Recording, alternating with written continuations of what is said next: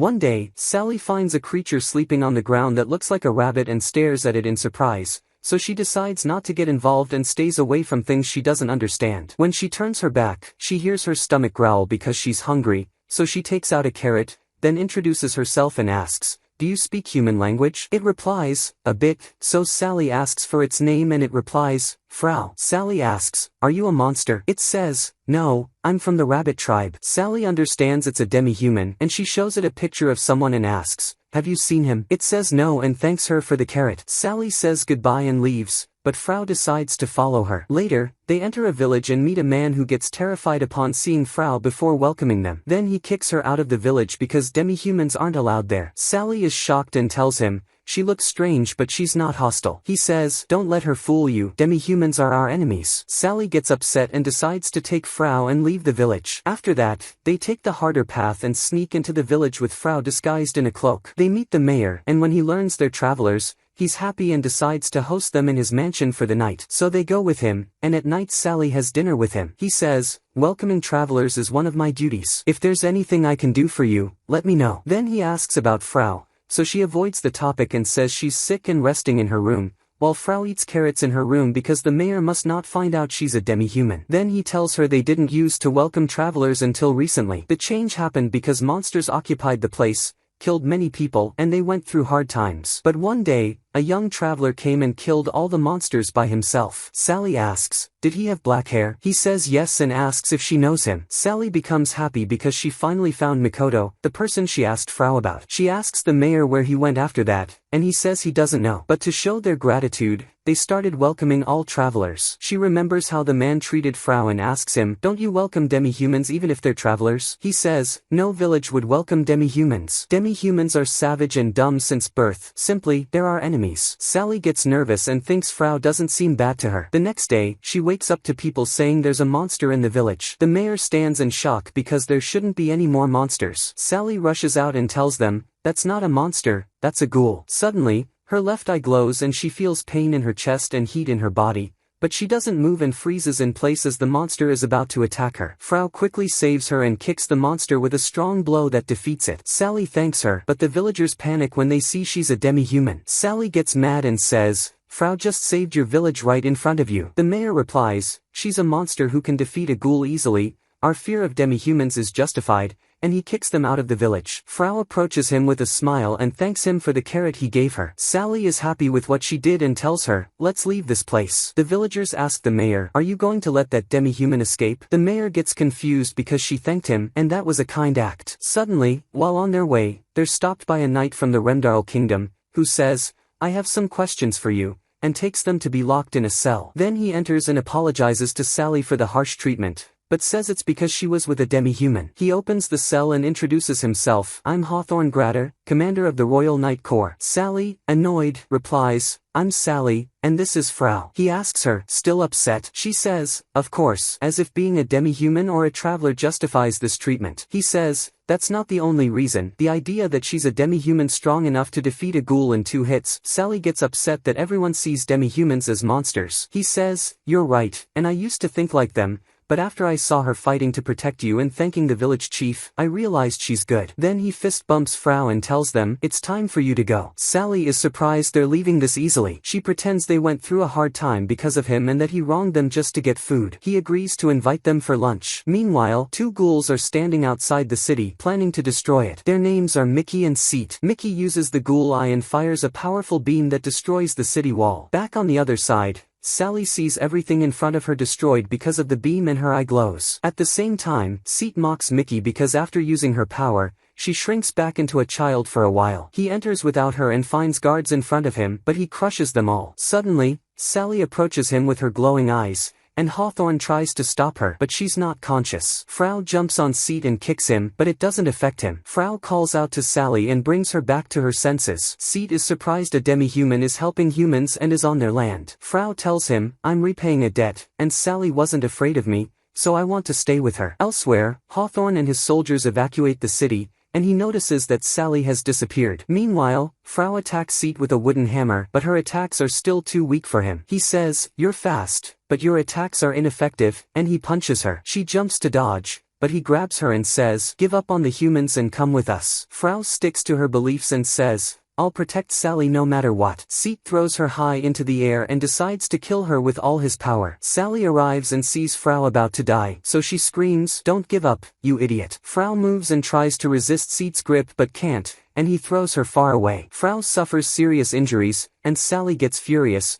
feeling the same chest pain and rising heat. Seat slams down on her with his full force, but suddenly Sally slices him in one move, with strange and terrifying expressions on her face, and a flame symbol appears in her eye. At the same time, Mickey is waiting for Seat and feels he's taking too long. She assumes he's enjoying his time without her. Mikoto replies from behind a tree, "Why are you upset?" Mickey is shocked because she didn't sense his presence at all, but calms down since he's just a human, and feels excited that she'll also have fun like Seat. She lifts her hair, revealing her ghoul eye, and tells him, "My partner left me, and boredom was killing me." In a blink, Mikoto cuts the tree and says, "Me too." Mickey gets tense because of his power. He asks her, "That massive cannon blast earlier was from you, right? You must be recharging the power you just used." Then with a scary face, he says, "It wouldn't be fun to kill you in your current state." Mickey gets more scared because he knows all that. Mikoto asks, "How much time do you have left?" She says, "About 5 minutes." He smiles and says, "Let's talk a bit until your power comes back." Meanwhile, Seat is laughing from how much fun he's having after fighting two very strong people. He strikes Sally with his other fist,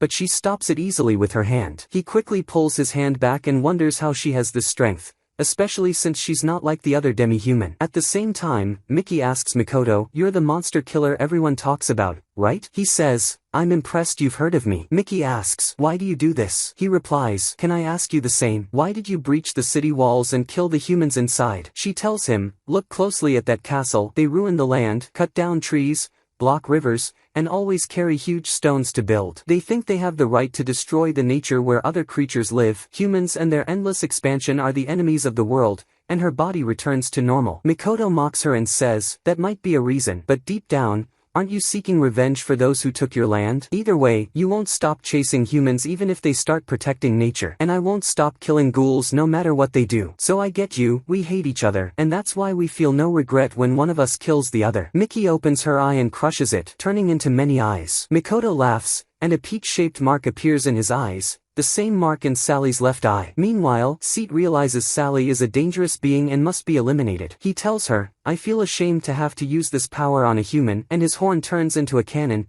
firing a massive beam at her. Mickey is surprised when she sees Seat's cannon blast. Mikoto uses that moment when she's distracted and slices her in half. She turns to ash then reforms. He asks, "You're using Shindo?" Mickey is amazed he identified her technique from one hit and replies, "You're right. Each of these eyes is me." He says, "That's a fitting technique for someone claiming to love nature." Mickey asks, "Are you sure you're giving me priority? What's happening inside the castle must be clear to you. Shouldn't you care more about that?" He says, "No, I'm not interested in saving people. I just want to kill ghouls." Mickey becomes even more afraid and tells him, "I sent one of my eyes to call for reinforcements." He sarcastically asks, "Do you really think you'll last until help arrives?" She says, "My Shindo will buy me time." He raises his hand, and with a single glance, he destroys all the eyes around her. At the same time, Seat feels disappointed in himself because Sally made him use his cannon. But he's shocked when the smoke clears and she's still standing untouched. Sally is surprised at what happened around her without getting hurt and draws her sword, striking him directly in the stomach. Elsewhere, Mikoto tells Mickey, "I think your cannon is your only option. Why don't you use it?" Mickey thinks to herself, "That's clear provocation. If he dodges, I'm done." Mikoto stabs his own leg and promises not to dodge. Mickey gets mad and refuses to run, firing her cannon with full force and destroying everything in front of her. But her fear comes true. Mikoto is completely unaffected, even though he really didn't dodge. He pulls his sword out of his leg and Mickey turns into a child. He kicks her and places his sword in front of her. Mickey asks, "Who exactly are you?" Mikoto recalls his childhood and answers angrily,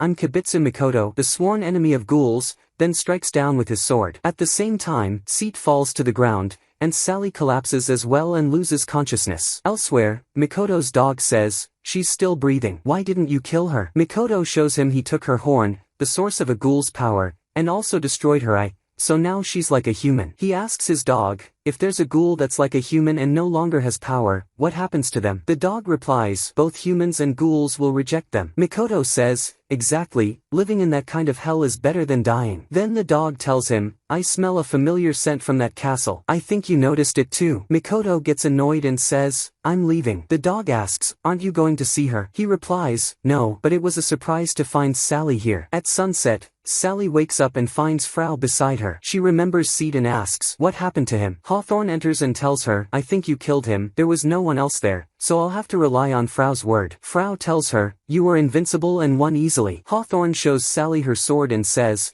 it was on the ground next to the ghoul and had blood on it. Sally is surprised she did all that but doesn't remember anything. Hawthorne tells her, there's another problem. He takes her and Frau outside where the soldiers all cheer when they see them and thank them for saving them. Sally is surprised they're treating Frau well. Hawthorne tells her, no one cares about hating demi-humans right now. You two saved the kingdom from a monster we couldn't defeat, so everyone is grateful to you. They reach the cell where Hawthorne lets them meet Mickey. He tells them, I heard she came with the monster you killed and that she destroyed the castle wall with a strange power. Sally realizes she's not human. Hawthorne says the farmers outside the walls saw her. Sally says, she's completely human to me. He replies, I'm no expert, but human-like ghouls are common. She asks, what will happen if she really is one? He answers, she'll probably be executed. Sally gets upset and refuses to let that happen. Hawthorne agrees and says, that's why I'm using my authority to delay the execution. I want to hear from her when she wakes up, so I want you two to watch her until then because ordinary knights won't know how to handle her. He leaves and locks the cell with them inside. Frau looks at Mickey suspiciously and tells Sally, this girl is faking it, she's awake. Mickey gets up and Sally asks her, who are you? Mickey replies bluntly, clearly, I'm a ghoul. Sally says, you really look human to me. Mickey tells them, I'll kill you both and get out of here now,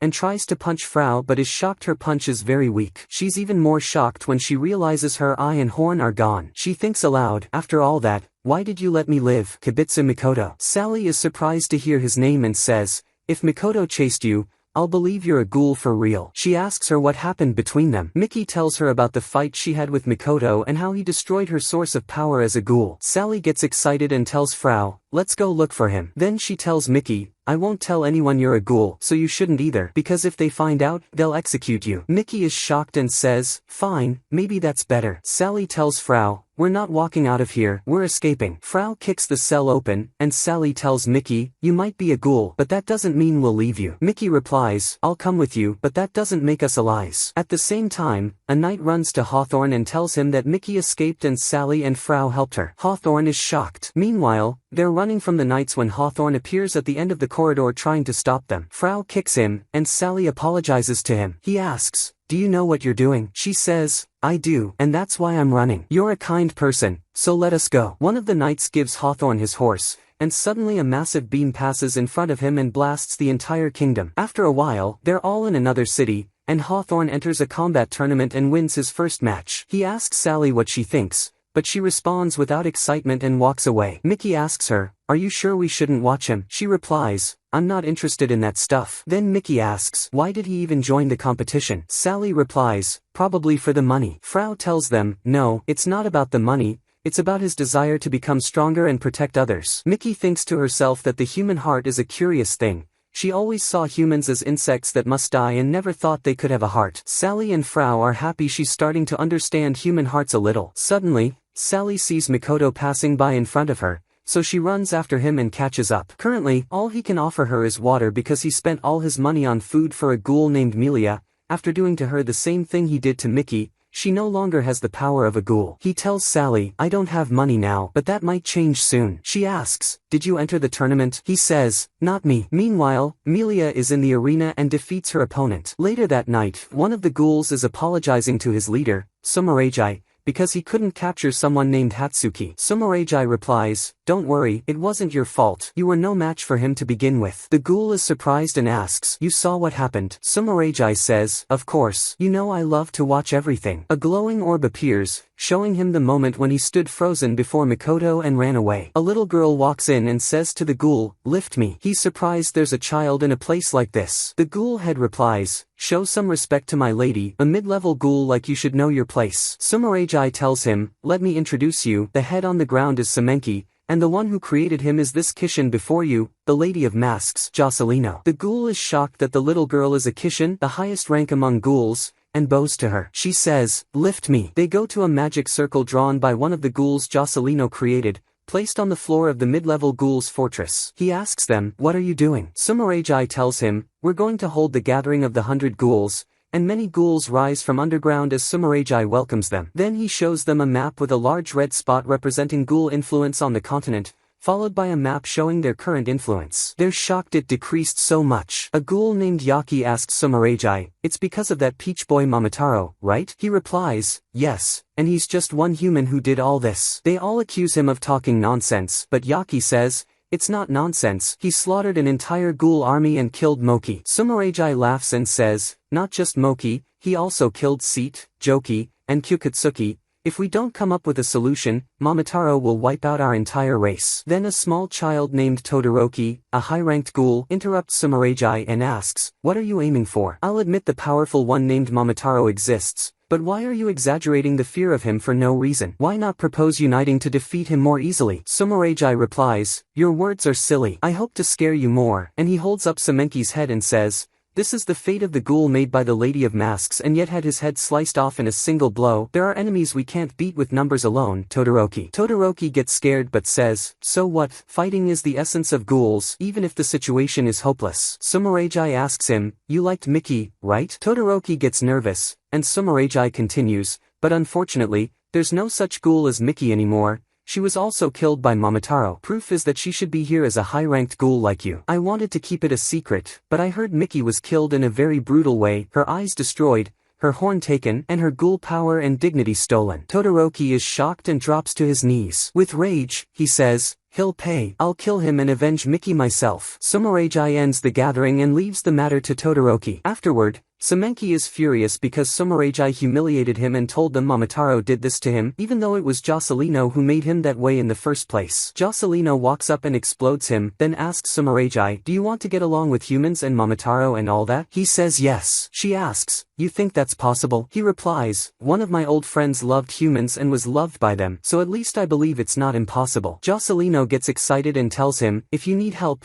don't hesitate to ask." The mid-level ghoul feels like Sumeragi isn't working for either humans or ghouls. The next day, Hawthorne is standing and Jocelino appears and says, "Carry me." He asks, "Are you lost?" She replies, "No, I'm looking for someone named Sumeragi." He decides to help her and introduces himself. She does the same and says, "I'm a very important person." Then she asks, "Can we be friends? I give my friends everything, whether power or lots of money." He tells her, "That's ridiculous. That's not what friends do. I don't know how you're important, but I don't care. Friendship is built on trust. You can't buy it with money or power." Sumeragi appears and asks her, "What are you doing here?" She replies, "You said we'd coexist with humans, so I came to see them." He meets Hawthorne and tells him, "I'm a sage as you can see and kind of Jocelino's guardian," and notices Hawthorne's sword, asking, "Are you joining the tournament?" Hawthorne replies, "Of course." Sumeragi suggests to Jocelino they go cheer for him in the arena. Jocelino gets excited about the idea. Jocelino remembers that the Remdarl kingdom, which Hawthorne is from, was destroyed by Semenki. The next day, she goes to the arena and cheers for Hawthorne in his match. Meanwhile, Sally is outside the arena waiting for Mikoto. Sumeragi appears and introduces himself, saying,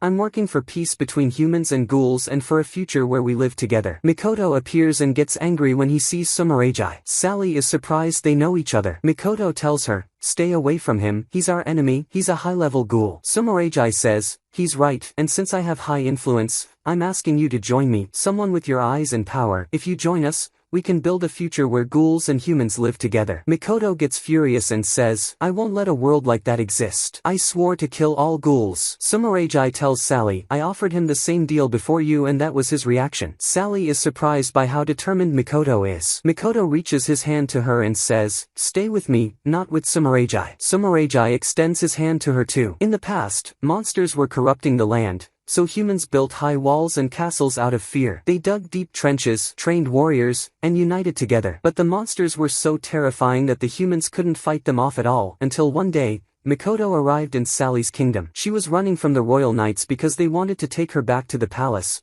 while she wanted to go on a journey outside the kingdom and explore the outside world. She met Mikoto and told him, "Help me escape, hide me quickly." Mikoto hid her behind a tree and told the guards she went in a different direction. After that, Sally asked him, "Are you a traveler?" He said yes. She got really happy and introduced herself, saying she was the princess of the Drake Kingdom. To thank him for helping her, she took him to her favorite bakery and bought him her favorite treat there. Then she took him on a tour of the kingdom. Mikoto noticed she was very loved by the people and told her, "In all the countries I visited, I've never seen a princess walking freely among the people." Sally was surprised and replied sadly, "I don't know anything about other countries." That evening, she took him to a very fancy restaurant and ordered him very expensive food. Mikoto thanked her for it, and she said, "You can repay me by telling me about your journey, because I want to go on a journey too and leave this boring, isolated place and see the outside world." He replied, "This place isn't isolated, this is a good kingdom, at least here it's peaceful, you have enough food, beautiful buildings, and above all, kind people." She replied, "Even so,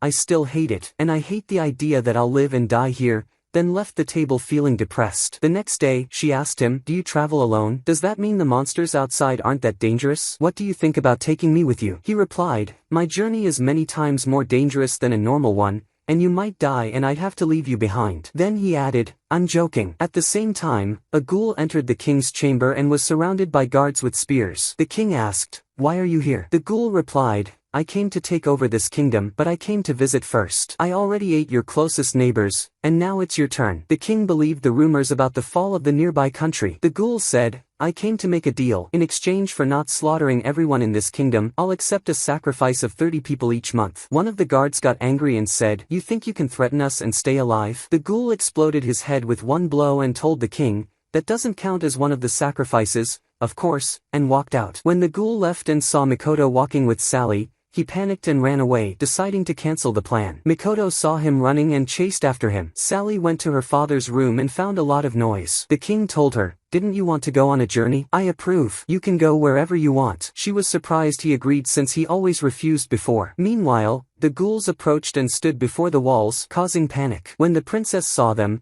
she felt her body temperature rise and ran toward them. At the same time, Yaki arrived and told Moki that Momotaro was here. Moki was confused by what he said. Yaki told him, "Remember when I told you I came here because my country was destroyed? The human who destroyed it is here now, and you can't defeat him, so we have to run." Mikoto had already arrived and was standing before them. Yaki was terrified, but Moki got excited when he saw the courage in his eyes and decided not to run. Sally arrived too and told Mikoto, "You have to run now." Moki introduced himself, and Mikoto did the same. Moki asked, "Are you the one responsible for the destruction of the eastern lands?" Mikoto replied, "Yes." Moki got pumped and raised his fist, and in a blink, Mikoto cut it off and tied his hair with a headband bearing the peach symbol. He started slashing through the ghoul army standing before him, enjoying it very much. Moki asked him in fear, "Who exactly are you?" He replied, "Kibitsu Mikoto, a traveler who came to hunt you," and sliced his head off. Sally was shaken because even though he saved the city, the one who saved it was a terrifying person. After that, Mikoto's dog arrived, said goodbye to Sally, and left. Sally was surprised he was leaving that fast and hadn't told her anything about himself or his journey or goals yet. She approached him and said, "Wait," but when she smelled the blood of the ghouls on the ground,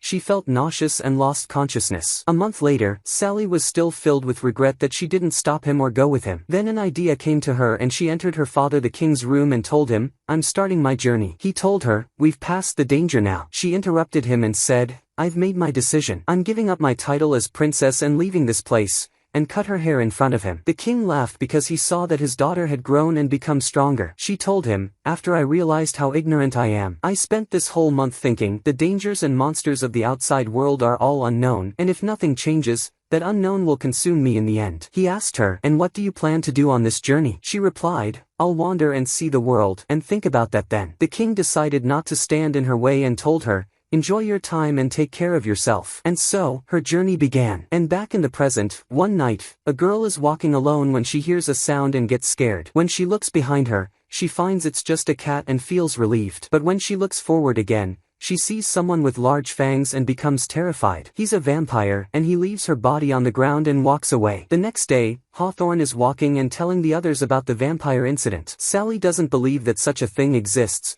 so he tells her the guards told him there's a vampire in the next town. In recent days, they found bodies completely drained of blood, all with fang marks on their necks. They realize they've already arrived in front of the town, and Sally gets scared and says, Why don't we camp outside instead of going in? He replies sarcastically, don't worry, vampires only go after pretty girls. So she punches him before he finishes his sentence. When they enter, they hear people whispering because they're with a demi-human. Sally gets angry, but Hawthorne stops her before she causes trouble. She walks away feeling upset. Mickey also gets angry and says, why don't you get rid of them, use your power and punish them? Sally replies, I can't. I don't think I should use my power on humans. Mickey gets even angrier because Sally can use her power to kill ghouls but not her own kind. She feels betrayed, thinking Sally isn't different from other humans like she thought. They find themselves in front of an inn and think about going in to rest. Hawthorne tells them, unfortunately, after what we saw, I don't think we can take a demi-human inside. Frau gets sad, and Sally tells him, convince them like you did before. He replies, we passed the border, and my title means nothing here. He thinks and says, I don't feel safe. Maybe we let Frau sneak in and join us later. Sally responds angrily, that's stupid. Why should Frau have to sneak in? Frau says, I don't mind. I'll go buy a few things while you get the room, and walks off. Sally gets worried about her. Mickey says, we can't leave her alone. I'll go with her. Mickey walks away upset that Sally can't hurt humans but makes exceptions when it comes to her friends. She asks Frau, what do you want to buy? She replies, something to cover my head so no one knows I'm a demi-human. On the way, Frau sees some carrots and stops to admire them. The vendor says, you filthy demi-human, you think you're special judging my produce? If you're buying, pay, and get out of my face. Mickey gets mad at his tone. The vendor takes the money from Frau and throws the change on the ground. Frau kneels to pick it up,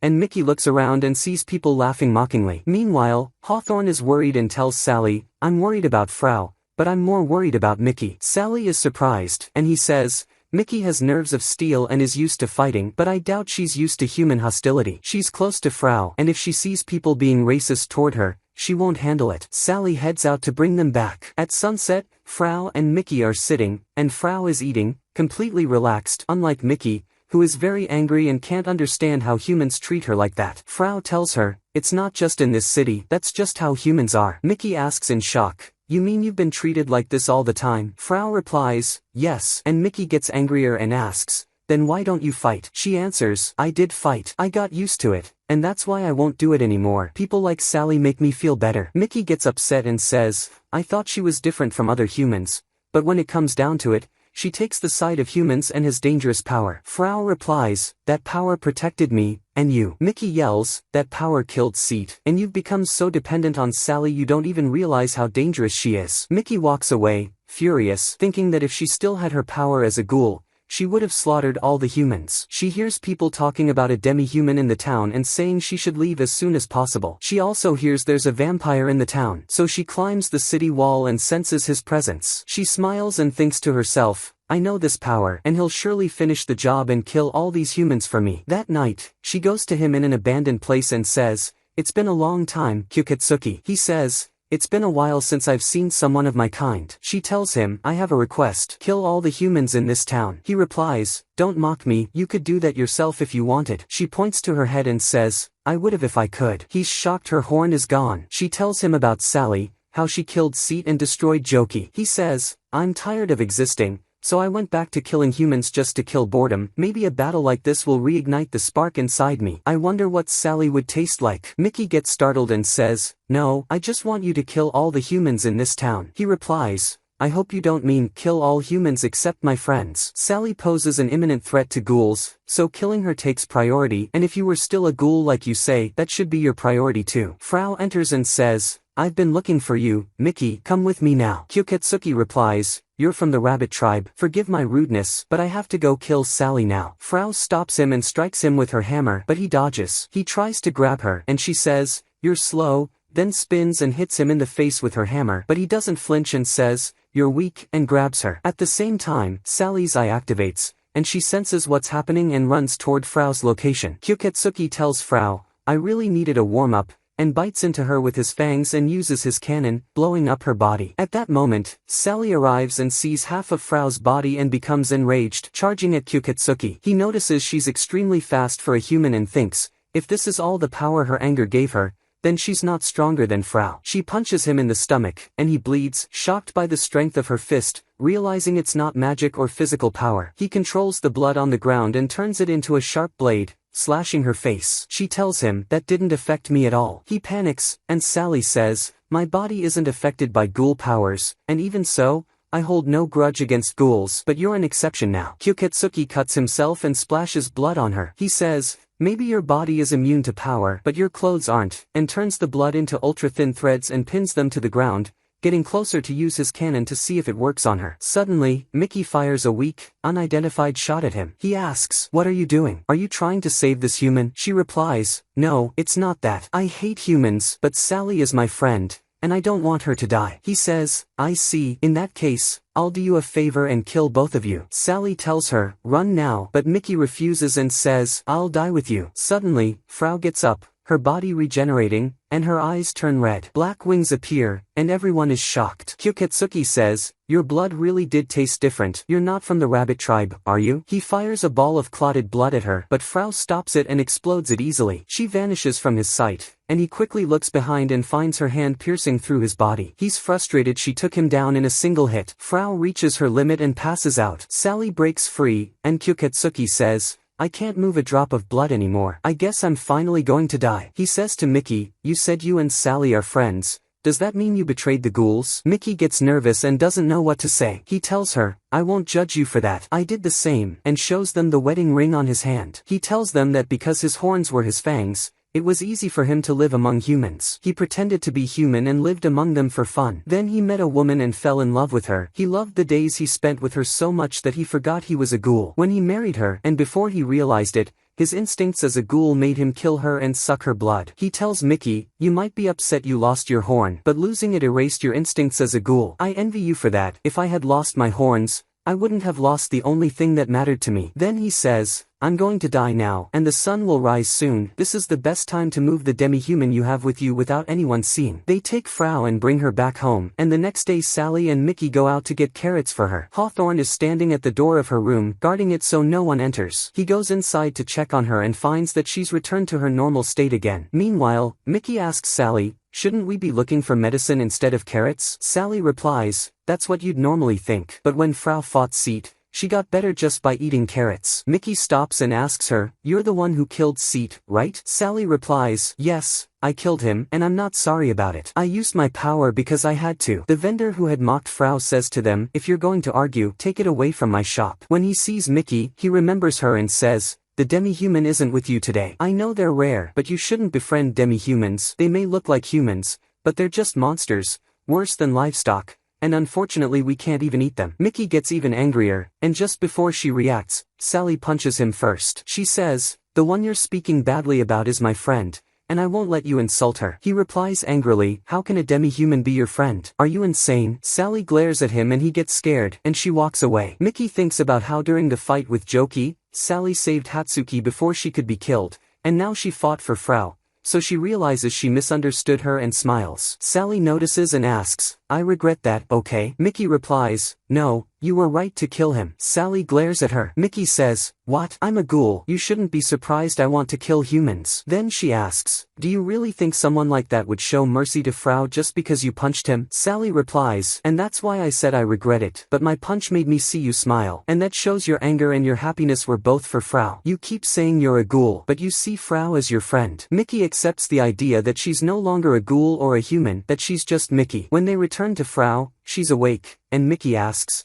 do you mind if I ask you about your truth? Frau looks upset, and Mickey tells her, you don't have to tell me if you don't want to. You're still our friend, right? She replies, of course. Mickey says, that's all I wanted to hear. Sally asks Frau, are you feeling better? Can we continue our journey? Hawthorne replies, that's reckless. She just woke up. Let her rest one more day. Mickey replies, we can't. Sally punched a vendor earlier and the army will investigate. Hawthorne yells at her, then I'll take you to jail. Mickey tells Frau why Sally hit him. Hawthorne says to Mickey, come help me take her to jail. She replies, no, he deserved what she did. He turns to Frau, and she says, he really did deserve it. Back to the past, Mikoto is walking with his dog in the forest at night and notices someone following him. He draws his sword and charges quickly, only to find it's a girl who gets scared of him. Later, he lights a fire and cooks food while the girl hides behind a tree, afraid to approach. The dog tells her, there's no need to be scared, and she gets more terrified because the dog talks. Mikoto offers her some of the food he made as an apology for scaring her and asks,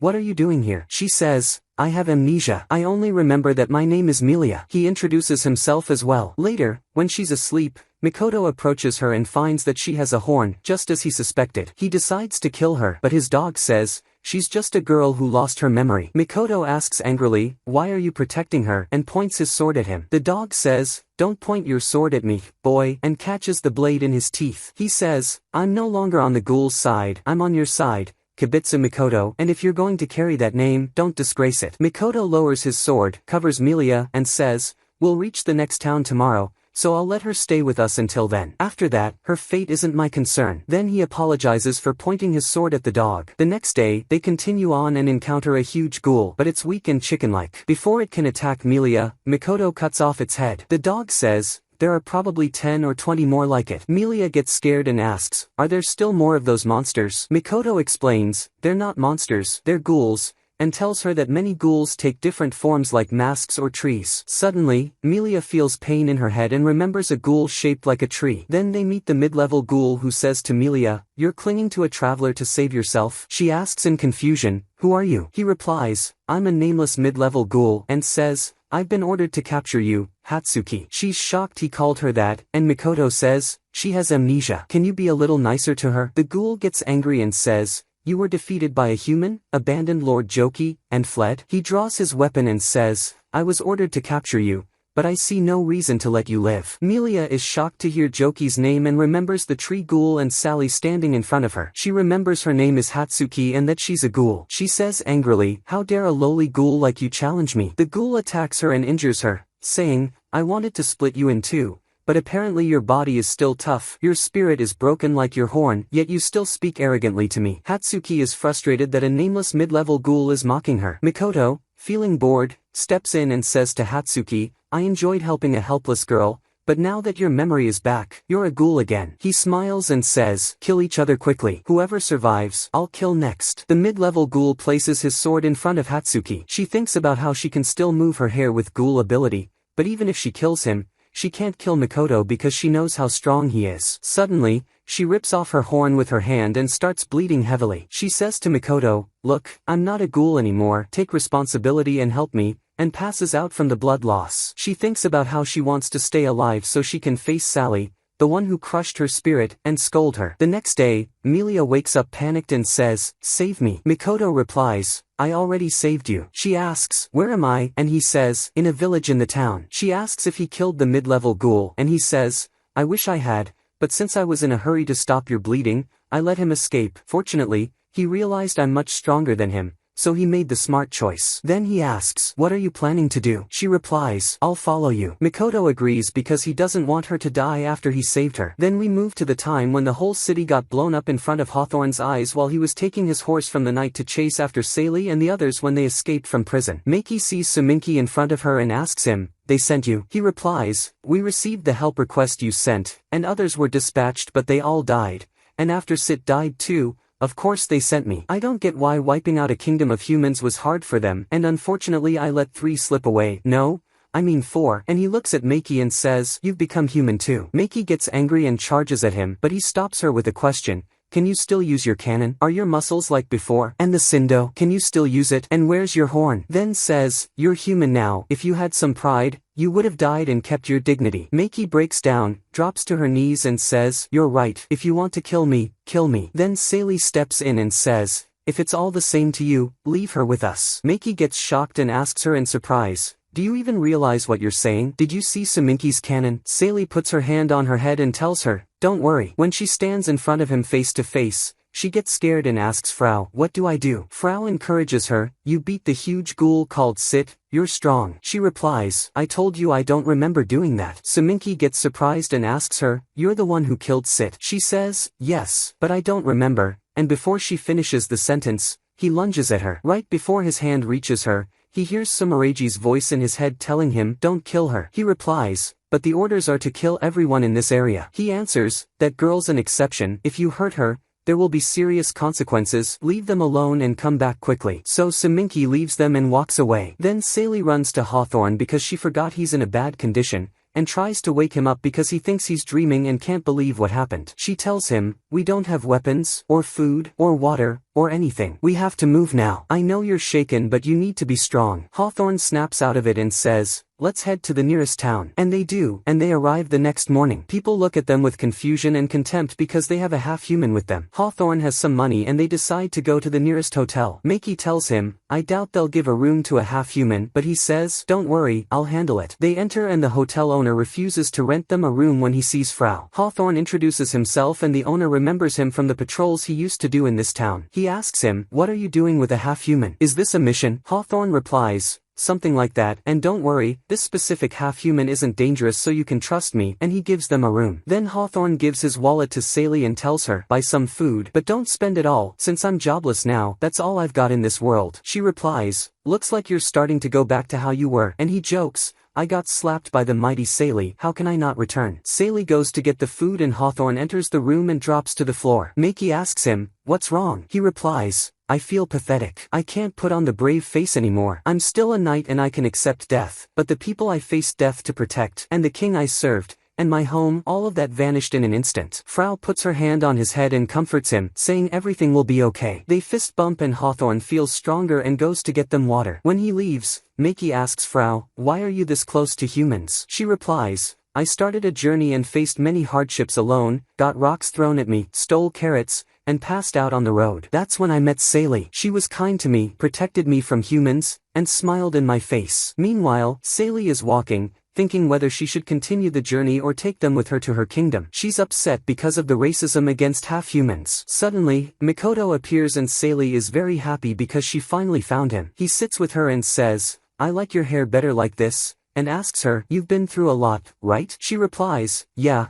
I met many people and went through many situations I'd never experience if I stayed a princess." She asks him sadly, "But why is there racism between races? Humans treat non-dangerous half-humans with contempt, and ghouls hate humans for no reason and no one even questions it." Mikoto smirks slyly and tells her, "Let me give you a theory. Let's say a half-human killed a human. What do you think the human's son would feel?" She answers, "He'd be sad." He continues, "And he'd hate them. And if he killed that half-human, no one would object. But would he stop there? Of course not. If he's strong enough to kill one half-human, he'd kill them all without hesitation." Mikoto grabs his sword and draws it with an evil look as if talking about himself. Sally gets scared, but he puts the sword away and smiles, saying, "But that's just a theory." He tells her, "But prejudice doesn't have to be just from hatred. It could be fear from ignorance or discomfort because they're facing people unlike them." She asks him, "You mean everyone has their reasons?" He replies, "No, what most people have doesn't even count as a reason. It's just that they were raised like that." She says, "But that's not right. It's not just about half-humans. I've seen other races start to understand each other. The first being I met on my journey was a half-human. She's a bit weird but she's kind." He tells her, "You might be the only person in the world who knows that, Sally." Sally gets encouraged and tells him, "I've decided my journey's goal. I really hate prejudice." He sarcastically asks, "So you'll travel and tell people not to be racist?" She replies, "No, but I'll try to make even one person reconsider." He says, "That'll be a road full of thorns." She says, "No problem, I can handle a bit of pain." He's happy and tells her, "You've really changed," and leaves. Meanwhile, Suminki goes to Sumereiji and asks him, "You're still sticking to this wandering sage disguise?" He replies, "If I hadn't stopped you back then, that girl would have killed you." He snaps back angrily, "Your jokes got colder since the last time we met. My body,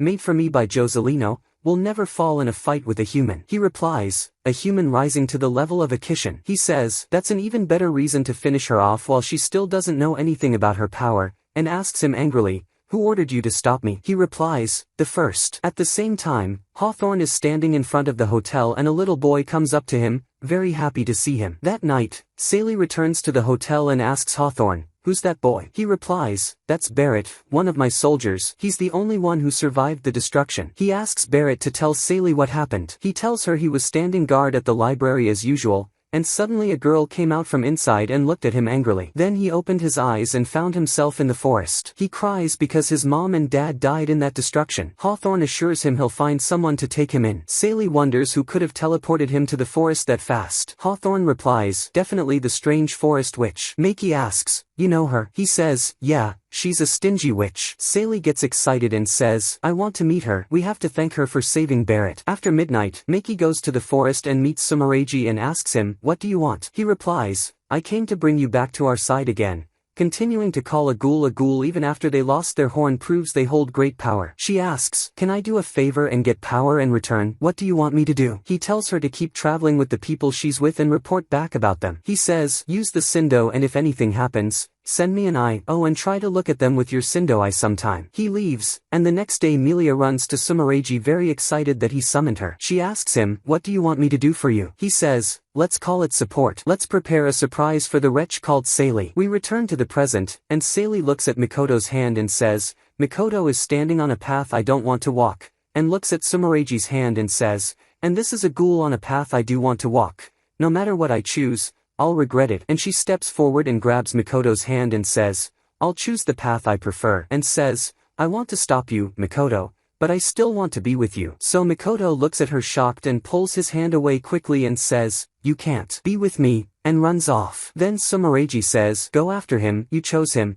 so you need to try to learn more about him." Seili thanks him and goes after Mikoto. When she reaches him, he says, "Sorry, I shouldn't have made you that foolish offer. I was fully aware your thinking and intentions are better than mine. All I do is lose control when I see a ghoul in front of me." She tells him, "But I really want to go with you," and he gives her a scary look and asks, "Remember the theory I told you?" She says, "Yes, that if a half-human killed your family, you'd hate them." He says, "I do hate them. The hatred I feel toward them never fades, and that's why I kill them. But no matter how many I kill, the rage doesn't calm down. And that's why I keep hating and killing them, and the cycle never ends. I stop distinguishing between them, so I kill them all." She responds, "Then as someone who advocates living together with them, if I sided with them against you, what would you do then?" He gives her a terrifying look. Suddenly, the city wall explodes and Todoroki appears with two ghouls, one named Shinki and the other named Beiso, who is a falcon. Seili's eye changes and Mikoto runs. Shinki asks Todoroki, "Shall I kill the humans here?" He replies, "There's no point in killing the weak, leave them," and Beiso flies up to scout the area from above, with a sleeping child named Damaniki on his back. He hands him to Shinki and leaves. Shinki asks Todoroki, "What do we do with him?" Todoroki says, "Leave him on the ground here, no one can hurt him while he's asleep." They enter the city to cause some chaos so Mikoto would appear. Meanwhile, Hawthorne is waiting for his match in the tournament, and the guard enters and tells them the tournament is cancelled because ghouls are attacking us, and anyone who helps kill the ghouls will get 500 gold coins. Hawthorne thinks about the force of the explosion and figures it must be something like Sit, so he walks away thinking he doesn't have the strength to face a ghoul, so he'll rely on Seili and the others for this. Then a person named Parsi shows up. He was in the tournament with Hawthorne and easily beat him in the first round, and they walk together, and Parsis tells him he wants to get the ghoul reward because his job as a woodcutter doesn't make him much money, and he wants to give his family a good life. Hawthorne says, "Don't try, not even a group of humans can take down a single ghoul. If you really care about your family, staying beside them is better now." Suddenly, a dark cloud forms above them and a strong lightning bolt strikes Parsis, turning him to ash. Todoroki appears and says to Hawthorne, "I was aiming for both of you, but the big guy absorbed the shock. You're very lucky, Mr. Peach Boy Momotaro." Meanwhile, Meiki is surprised there was lightning while the sky is clear. She activates her Sindo eye and is shocked to see Beiso and Shinki, so she concludes Todoroki is present. At the same time, Seili sees the explosion and wonders if it has something to do with the ghoul named Sumereji, and suddenly Sumereji appears behind her and says, "Reasonable guess, but you hurt me." Seili gets startled and tells him, "You're a high-level ghoul. Convince them to stop their attack." He replies, "I actually can, but why should I help you at all, my enemies? Did you forget that you chose Mikoto a moment ago? That boy is insane, killing ghouls for no reason, and you still chose him, and now you want me to help you? You only care about your own interests." And he stops her from going to save Hawthorne. At the same time, Hawthorne responds to Todoroki, "I don't know who this Momotaro you're talking about is, but you're a ghoul and you killed Parsis. Thank you for giving me a reason to fight." And Todoroki fires lightning again and Hawthorne throws his sword to absorb the shock completely. Meanwhile, Mikoto reaches the wall at the explosion site and finds Damaniki sleeping. He decides to kill him, but suddenly feels his vision weakening and loses consciousness. At the same time, Meiki and Frau move separately. Meiki goes to convince Shinki to stop what's happening, and Frau goes ahead to the explosion site. But on her way, Beiso attacks her thinking she's part of Momotaro's team. Seili decides to attack Sumereji to make him let her pass, and Hawthorne dodges the lightning that Todoroki fires. Then he quickly runs into a passage to set a trap, and it works. Todoroki falls into it and Hawthorne knocks him out with his wooden sword. Meanwhile, Shinki is walking in the city and hears everyone calling him a monster, which upsets him. Meiki arrives and he notices her size has shrunk because she lost her horn. She asks him, "Are you after Seili?" Shinki misunderstands and thinks Momotaro is Seili, and says, "We're here to avenge you, because Sumereiji told Todoroki that Momotaro killed you." Meiki asks in surprise, "And Todoroki wants to avenge me?" Shinki laughs mockingly because she doesn't understand that he loves her, and she asks him, "If this revenge really is for me, then it would stop if he saw me alive, right?" He says, "You're right, but I won't let that happen, I'll kill you right here myself." Meanwhile, Todoroki wakes up furious and says, "I was wondering how you killed Meiki, but now I understand. You must have used those cowardly tricks on her. Even though you killed Meiki, I thought I'd defeat you in a real duel at least. But a coward like you doesn't deserve such honor." At the same time, Frau runs at Beso hoping to reach the others, but he dodges her strike and grabs her. Shinki reaches out and grabs Meiki and extends his other hand to strike her. Sally is shocked that her punch was so weak it didn't even budge Sumereiji, and wonders why her power didn't activate, then realizes Sumereiji isn't a ghoul at all. Meanwhile, Todoroki activates his cannon and lightning forms behind him in the shape of a giant beast. Meiki asks Shinki, "Are you so desperate you're pushing Todoroki into battle?" He replies, "No, I want to kill you because you're with the coexistence supporters, the ghouls who obey Sumereiji, who wants ghouls to live with humans, the ghouls who don't have the will to fight and whose numbers are growing every day. And you were the first to betray the ghouls and side with humans." Meiki gives up on reasoning and decides to attack him. Sumereiji strikes Sally hard in the stomach. Beso fires his cannon at Frau. Meiki attacks Shinki, but her attacks are too weak and can't pierce his rubbery body. He starts attacking her with his fast punches, and although she dodges them all, she doesn't know what to do. Meanwhile, Hawthorne decides to face Todoroki because he can't escape in this situation. He relies on the fact that the others surely saw Todoroki's lightning and will come to help. His only option is to stall and keep Todoroki in place until they arrive. The lightning beast stretches out its hand to kill Hawthorne. Hawthorne thinks to himself, "I've escaped death many times, and this is the end, so I'll accept it with dignity," and he runs toward the beast's hand. Unexpectedly, the witch Weenie appears and blocks all the lightning. Todoroki is shocked she was able to do that. We go back to the past when an old man lived with his wife. The old man went hunting in the mountains, and his wife went to wash clothes in the river. One day, the old woman gave their son his lunch, and the old man gave his son a sword. He was surprised because the sword was very valuable, and his father replied, "The world is very dangerous, and you might meet hostile creatures on your way." He said, "Thank you, Dad." His father replied, "You still call me Dad, you peach boy Momotaro?" He responded, "Don't call me that name, I'm not a kid anymore, my name now is Kibitsu Hiko Mikoto," and he said goodbye and left. On his way, he saw a dog and gave it food. The dog thanked him, and he was surprised the dog could talk. The dog told him, "Calm down, I just thanked you. Humans hate my kind because we talk. They consider it a bad omen and attack us. I have to act almost dead to get food." Hiko laughed and asked, "You're messing with me, right?" The dog said, "You're a good man, take me with you," and he agreed. Then he told him that he was on a journey looking for his real parents to ask why they put him in a peach and threw him in the river. Suddenly, they heard an alarm that a ghoul was attacking the village. They went and found the ghoul eating someone. Hiko was terrified by the scene, and the dog told him to run. He replied, "I'm searching for the parents who abandoned me, so I won't abandon these people." The ghoul reached for a child, but Hiko stopped him. The ghoul angrily asked, "Who are you to dare challenge me?" Hiko drew his sword while shaking intensely. He tried to say his name but couldn't from fear. The ghoul swung his massive hand at him, but surprisingly Hiko stopped it with his hand while his eyes were closed from fear. Then he said, "Enough," moved his hand, and slashed the ghoul in half with his sword, saying, "I'm Momotaro, the one born in a peach," and his eyes changed to look like peaches. People gathered around him and cheered because he saved them from the ghoul. From then on, rumors of his strength spread, and people suffering from ghoul attacks started calling him to save them. Hiko never let them down, so people started feeling hope when they saw him and clung to him. That made Hiko stop searching for his parents and focus on killing ghouls instead. Hiko thought that if he killed the leader of the ghouls, he would end all the battles, so he headed to their base on Ghoul Island. On the way in the vehicle, he asked the dog, "Do you hate me?" The dog was surprised by the question, and Hiko told him, "You were used to being in control of your life, but you let me drag you far away for some food." The dog replied, "You misunderstood. I came with you because I wanted to." Hiko reached the island of the ghouls and defeated their leader. The leader asked, "Do you remember what you promised me before we started the fight?" Hiko said,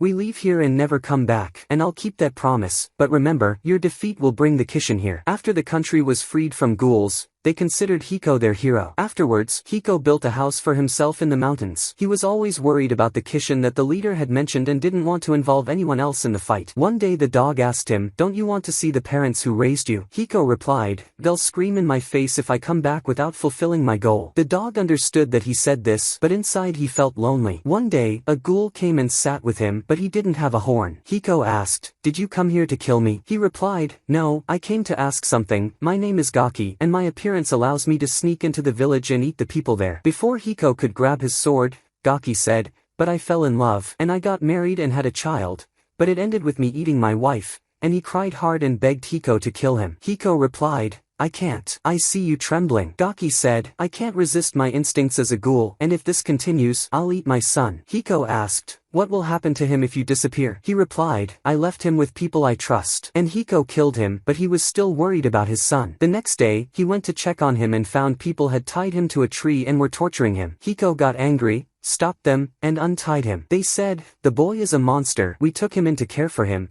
but he has a horn on his head. He's a ghoul disguised as a human." Hiko asked, "What's the problem with having a horn? Did he do anything wrong?" A woman responded angrily, "Shut up. Ghouls killed my child and ate him in front of my eyes." And they all agreed with her. The ghoul's son said, "I'm sorry I was born," and cried. Hiko got furious, patted him, and told the villagers, "This boy is under my protection. I'll take responsibility for him, no matter how much you hate me." That was the day Mikoto met Hiko. That night, Mikoto told Hiko, "Kill me, please. I'm scared to live and don't want to suffer anymore." Hiko said, "Don't you want to avenge your father?" and placed the sword in front of him and bowed, confessing that he killed his father. Mikoto remembered his dad, who was the only one kind to him. He got angry and slashed at Hiko's head, but the strike was very weak and didn't kill him. Hiko said, "You'll be much stronger when you grow up, and you'll be able to kill me then, but you won't survive alone, so I'll take care of you." Mikoto refused, and Hiko asked him, "Do you want to return to your old life, hated and beaten?" Later, Mikoto went to sleep, and the dog asked Hiko,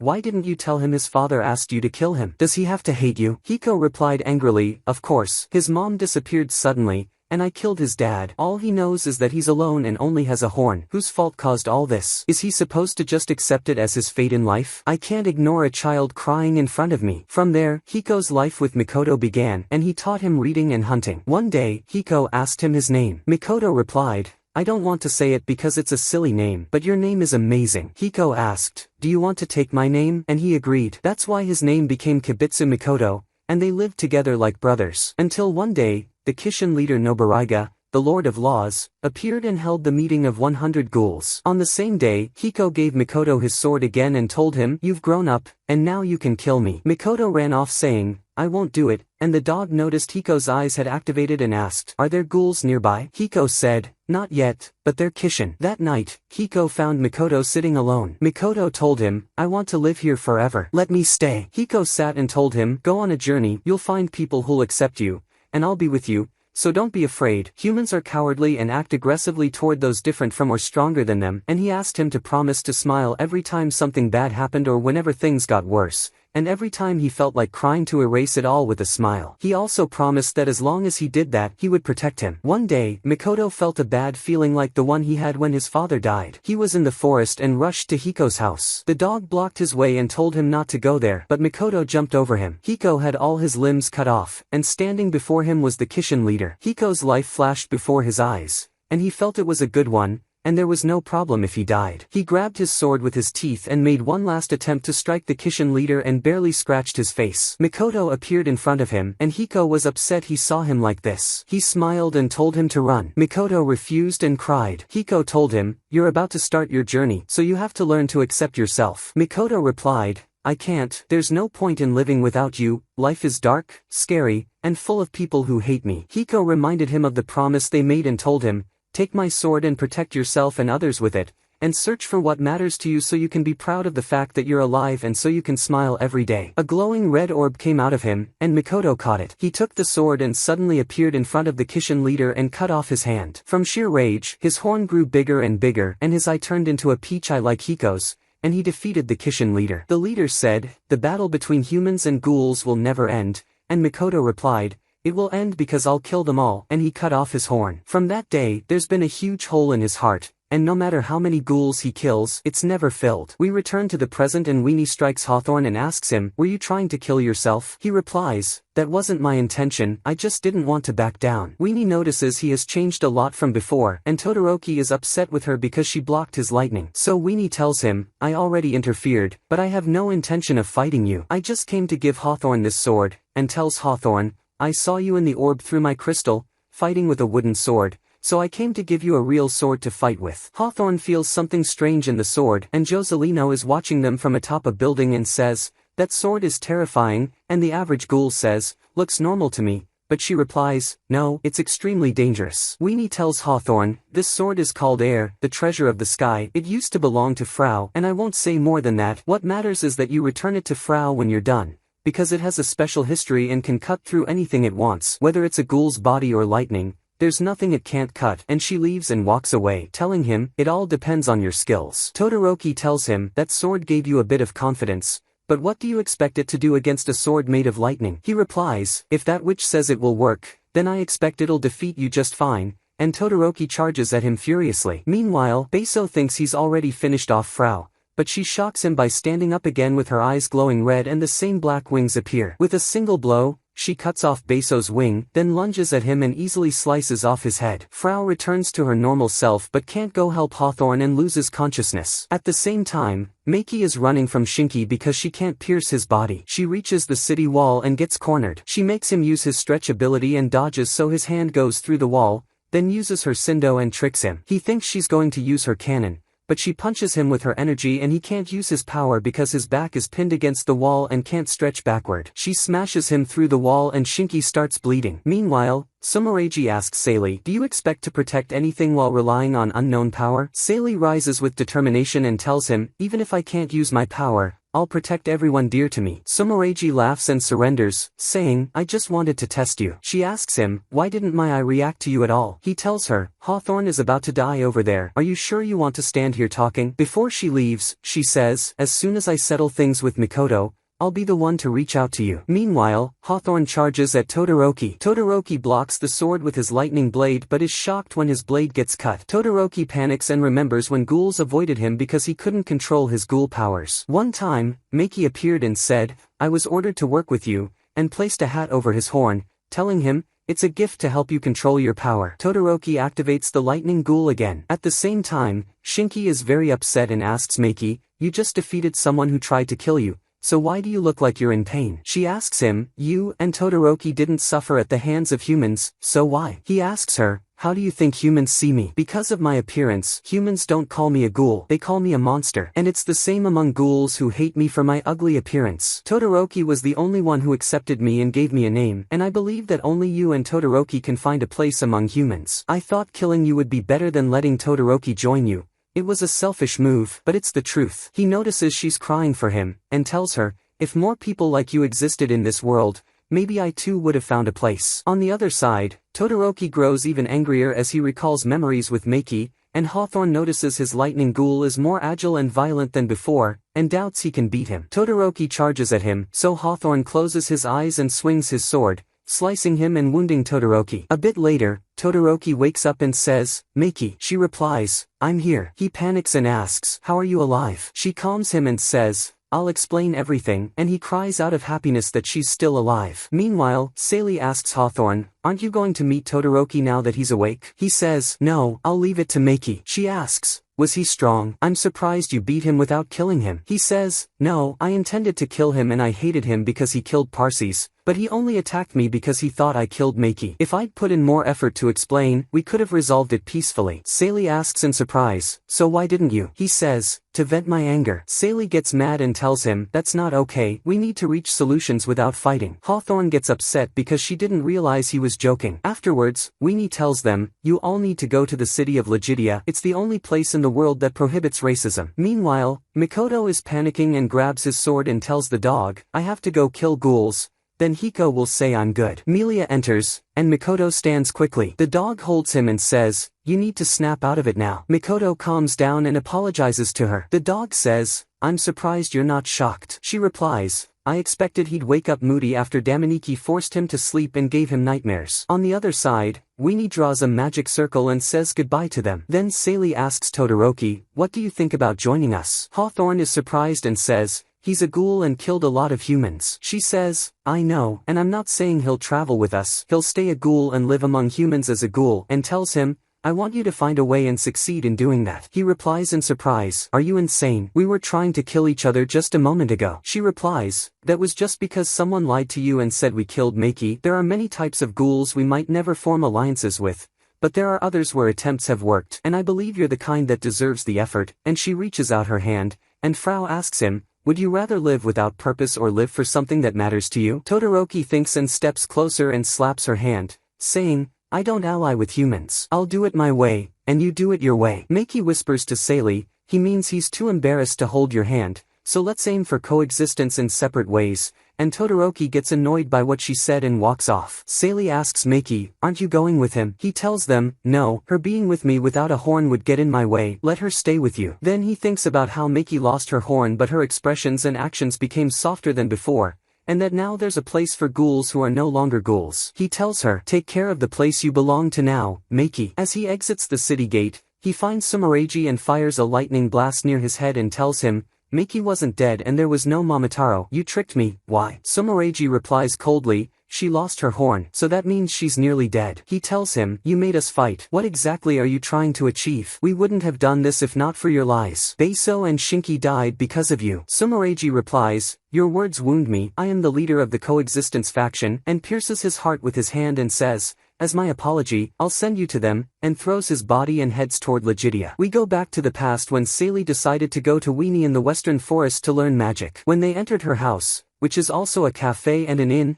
Weenie welcomed them and said, you're my first guests in a while. Then Weenie said, a human, a half-human, and a ghoul. So Saylee asked her, how did you know? She replied, I've been watching you for a while. You're a very curious group, especially you, Saylee. Then Hawthorne asked Weenie, why did you save Barrett? She replied, no particular reason. I was in the library and sensed a huge amount of energy, so I teleported instantly and found him in front of me, so I saved him. If I had more time, I would have saved more. Hawthorne thanked her for saving his soldier. Then Saylee asked her, what kind of magic can mages use? She replied, attack spells, teleportation, and many more. Saylee asked her to teach her magic and said, I don't know how to use a sword, and I'm not strong like Frau. Frau replied, you defeated the giant ghoul, so you're strong. But Saylee felt like she wasn't the one who did that since she doesn't remember what happened. She said, I need a power of my own like magic. It's the only way I can continue my journey. Weenie replied, I've seen your humanity while observing you, and you're someone I don't mind teaching. But I have 3 conditions. First, don't talk about this in front of anyone. Second, you'll obey me without question. Third,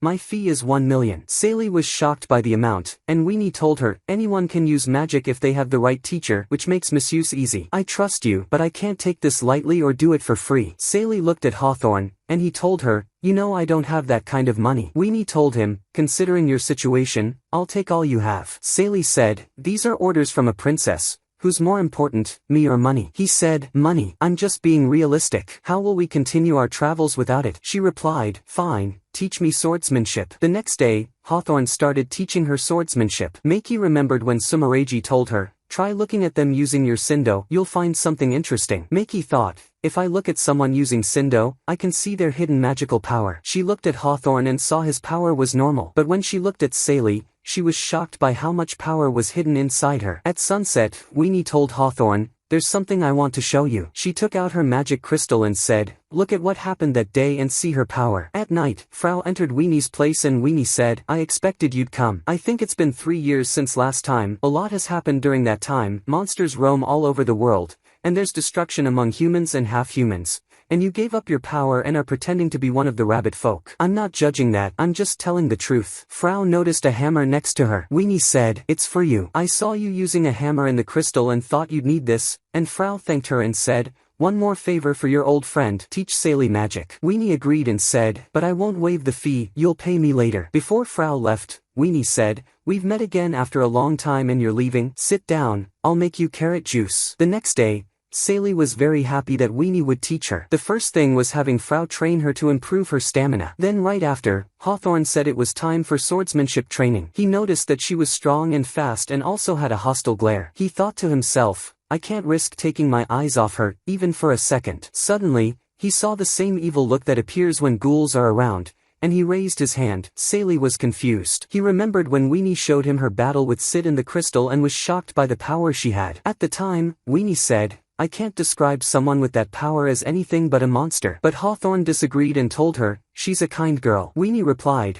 but only you and I know that people don't try to understand monsters, so they only fear them, just like they decide to avoid witches for the same reason. Then she asked him, after seeing this, would you call Sally a monster? Sally woke up and found herself on the ground after Hawthorne had been afraid of her look, but instead of attacking her, he realized she wasn't a monster and only pushed her to the ground. Then he helped her up. She remembered Weenie when she stood just like that in front of Hawthorne's grandfather, who had taught her and treated her kindly. Suddenly, two individuals from different races entered, the leader of the lizard people and the leader of the elves. Weenie asked them, what do you want from me? They replied, we want you to remove the barrier in the southern forest so we can kill the sealed ghoul there. Weenie brought them inside and asked, why do you want to kill it now? They told her, we've been preparing to fight it for years, and the sky hasn't rained in days, the forest is dry, and the winds are calm, so this is the best chance to bring fire and burn the tree ghoul named Joki. Weenie agreed on one condition, that she brings Sally and the others with her. The next day, they all gathered in the southern forest. Weenie sat down to undo the seal over the forest. When Sally tried to talk to her, the lizard leader said, leave her be, she's busy. She asked him, is that smoke she's removing the seal? He replied, yes. That smoke is what's been keeping us from getting close to the ghoul sleeping in the forest. She asked in surprise, if he's sleeping, why do you want to kill him? He said, a nearby kingdom was destroyed in one night, so we can't allow something this dangerous to remain here. We have children and elders in our village,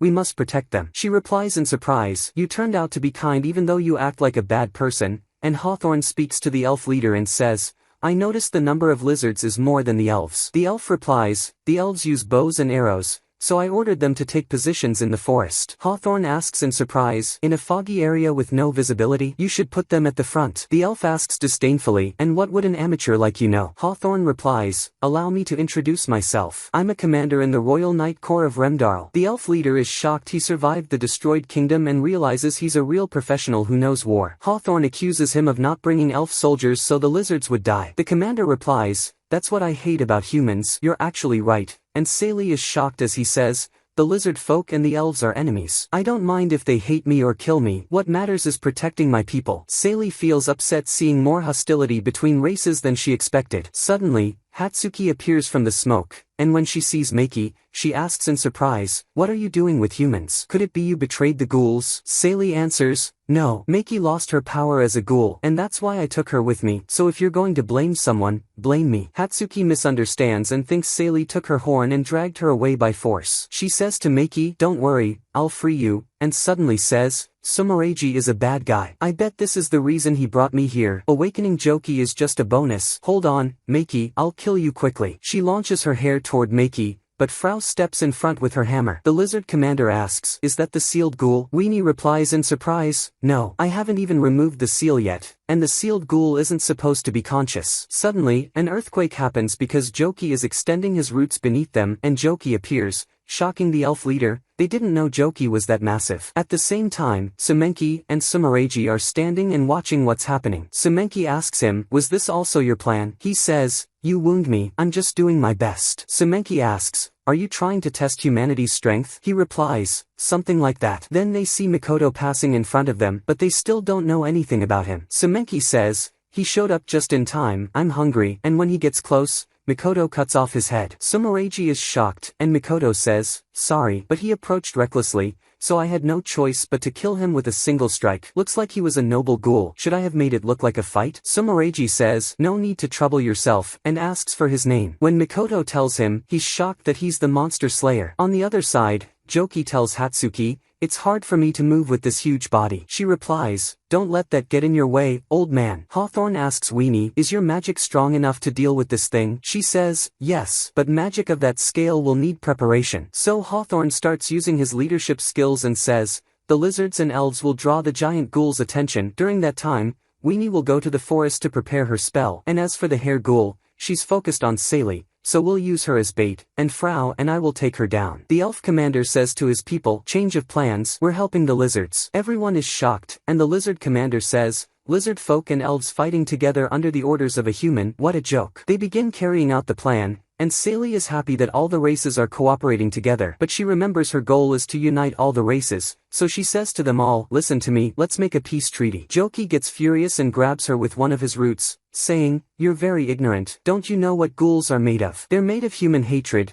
those who create us trap their hatred in a vessel, and that vessel is later called a ghoul. We were created to carry innate hatred toward humans, so peace between us is impossible. She replies, but maybe we can at least understand each other a little. He gets even angrier and squeezes her tighter, saying, the thought of understanding humans alone makes me sick, and before Frau moves to save her, Hatsuki blocks her path. Meanwhile, Mikoto is standing in front of Sumereiji holding Sumenki's head. Sumenki says, I was reckless, and Mikoto is surprised he spoke. Sumereiji tells him, he's a masked ghoul, which means he won't die unless his mask is broken. Before Mikoto breaks it, Sumereiji places a hand on his shoulder and asks him to stop, saying, Joselino will scold me if he dies. Mikoto is shocked. When did he get beside him that fast? Mikoto throws Sumenki and asks Sumereiji, you're not a normal ghoul, what's your name? When he tells him, Mikoto smirks wickedly and charges at him. Sumereiji catches the sword with his fingers and says, I don't like bloody fights, and Mikoto is surprised. That's not something a ghoul would say. Sumereiji tells him, I could say the same about you, brutality and attacking others without reason aren't human traits either, that's why I wanted to meet you. At the same time, Sally is furious at what Joki said because her journey's goal is to find a middle ground that pleases all races. Her eye activates and she says, I won't allow my death to be caused by hatred, and she explodes the root Joki is holding her with. Everyone is shocked by her power, and Weenie asks worriedly, can you hear me? Sally smiles and says, don't worry, I'm in control, but my body's hot and my mind is fading. Weenie tells her, hang in there, you're still fighting. When Sally sees Hatsuki, she says, I feel like I want to. Joki asks her, kill her? She says, no, never, and he replies, no need to hide it. It's a natural desire for those who carry your power. She asks, you know something about my power? Joki is surprised she holds such power and knows nothing about it. He continues, ghoul power is made from hatred, but your power is made from the opposing force, something dangerous enough to destroy all ghouls. You talk about peace and solutions, but that's impossible. Your existence alone is a threat to the ghoul race. If you wish to unite humans and ghouls, you need to kill yourself first. Weenie tries to calm Sally and says, don't believe him. He's speaking out of despair because he's afraid of your power. Sally asks, do I really have a power that can destroy all ghouls? Weenie says, yes. Sally says to Joki and Hatsuki, earlier, I proposed a peace treaty as negotiation, but I take that back. These are royal orders, either make the treaty, or I'll kill you. Meanwhile, Sumereiji tells Mikoto, there's an offer I want you to hear. As someone who opposes all ghouls, how about peace between humans and ghouls, coexistence? At the same time, Joki is surprised Sally is threatening them. She tells him, during my journey, I've learned that some things can't be solved with words, and if I have the power, then I'll use it. Hatsuki gets angry and grabs her by the hair, saying, I'm warning you, my hair is harder than steel wire. Sally rips it off with her hand and punches her hard in the stomach and laughs. Joki says, you're smiling and enjoying hurting her, and Sally gets flustered and says, no, he repeats himself, no need to hide it, I also enjoyed eating many humans, and now it's my turn to enjoy and finish you off. But first I'll get rid of the weak ghoul in front of you, her presence annoys me, and he attacks with a root. Sally cuts in front of it and explodes it, then rushes him and destroys him with a single punch. The lizards and elves thank her, and Sally tells Weenie, I'm tired,